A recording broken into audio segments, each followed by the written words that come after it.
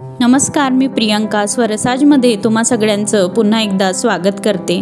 आज आपण घरच्या घरी रवाळ असं साजूक तूप कसं बनवायचं हे पाहणार आहोत। आमच्याकडे दररोज 1 लिटर दूध येतं। ते सिम गॅसवर गरम करून मग फ्रीजमध्ये ठेवल्यानंतर आपण ही साय नेक्स्ट डे कलेक्ट करून घेणार आहोत। साय आपल्याला व्यवस्थित प्लास्टिकच्या कंटेनरमध्ये काढून घ्यायची आहे व हा प्लास्टिकचा कंटेनर आपण फ्रीजमध्ये ठेवणार आहोत। साय कलेक्ट करून झाल्यानंतर अगदी अर्धा चमचा आपल्याला दह्याचं विरजन या ठिकाणी मलईला चमच्याने अशा प्रकारे लावून घ्यायचं आहे। ही प्रोसिजर पुन्हा 3 ते 4 दिवसानंतर आपल्याला रिपीट करायची आहे। याच प्रकारे मी 10 दिवसाचं मलई एकत्र करून घेतलेली आहे व मध्ये 2 वेळा मी याला विरजन लावलेलं होतं।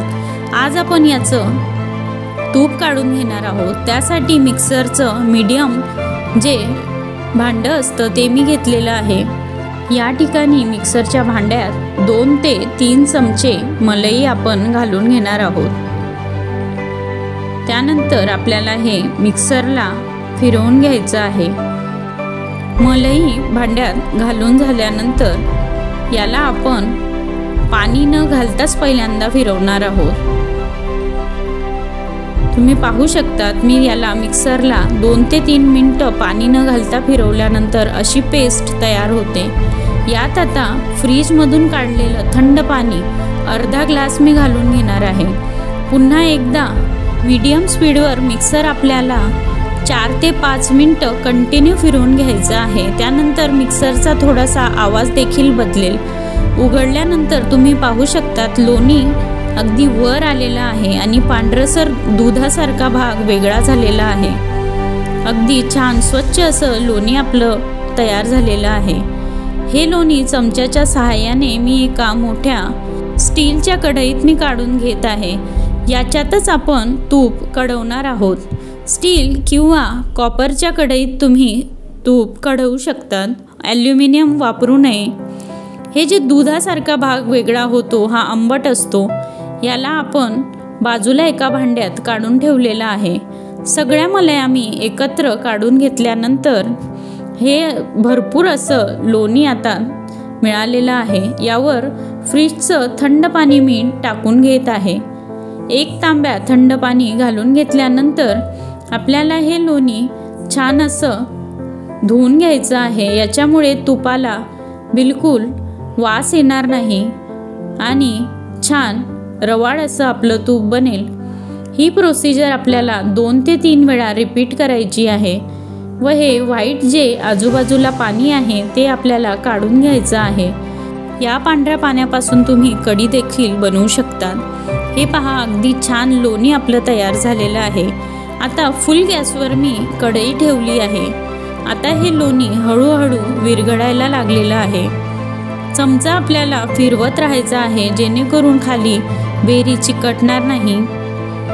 4 ते 5 मिनिटात तुम्ही पाहू शकतात हळूहळू अगदीच लोणी वितळायला सुरुवात झालेली आहे। ही जी प्रोसेस आहे तूप बनवायची हिला 25 ते 30 मिनिटं लागतात। आता आपलं बऱ्यापैकी लोणी वितळलेलं आहे। तुम्ही पाहू शकता थोडासा फेस वरती यायला सुरुवात झालेली आहे। गॅसची फ्लेम या ठिकाणी मीडियम मी केलेली आहे व पुन्हा 10 ते 15 मिनिटं हे असंच हलवत मी उकळवून घेत आहे। तुम्ही पाहू शकता अगदी कडेकडेला तूप आता सुटायला सुरुवात झालेली आहे। म्हणजेच पुढचे 15 मिनिटात आपलं तूप बनवून तयार होईल। हे पहा 5 मिनिटांनंतर तूप बऱ्यापैकी तयार व्हायला लागलेला आहे आणि पांढरासा भाग तुम्हाला दिसत असेल, याला बेरी असं म्हणतात। तर तूप कढवताना एक आपल्याला टीप लक्षात ठेवायची आहे, ती म्हणजे बेरी जेव्हा ब्राऊन रंगावर तयार होते तेव्हाच आपलं तूप बनून तयार असतं। जर आधी तुम्ही काढलं तर ते कच्चं होतं व त्याला बुरशी येऊ शकते। हे पहा बेरीचा रंग ब्राऊन झालेला आहे, म्हणजेच आपलं तूप आता बनून तयार झालेलं आहे। या ठिकाणी मी गॅसची फ्लेम बंद करून घेत आहे। बऱ्याच वेळा तूप काढल्यानंतर काही दिवसातच तुपाला वास येतो, तो येऊ नये म्हणून यात मी 4 लवंग घालून घेत आहे व हातावर 2-3 थेंब थंड पाणी घेऊन त्याचा शिपका आपल्याला या तुपावर घालायचा आहे, जेणेकरून तूप अगदी रवाळ बनेल। थोडा वेळ थंड करून घेतल्यानंतर हे तुम्ही पहा, अगदी कमी बेरी आपली बनलेली आहे। तुम्ही जर सतत ढवळत राहिलात तर बेरी अगदी कमी बनते। हे अशा प्रकारची गाळणी माझ्याकडे आहे, त्याच्याने आता आपण हे तूप आणि बेरी वेगळं करून घेणार आहोत। अगदी छान पिवळसर रंगावर आपलं तूप बनून तयार झालेलं आहे। डॉक्टर आजकाल जेवणात 1 चमचा साजूक तुपाचा वापर आपल्याला करायला सांगतात। मार्केटचं तूप हे बऱ्यापैकी भेसळयुक्त असतं, तर असं तूप तुम्ही घरी बनवा आणि चॅनलला सबस्क्राईब करायला विसरू नका। धन्यवाद।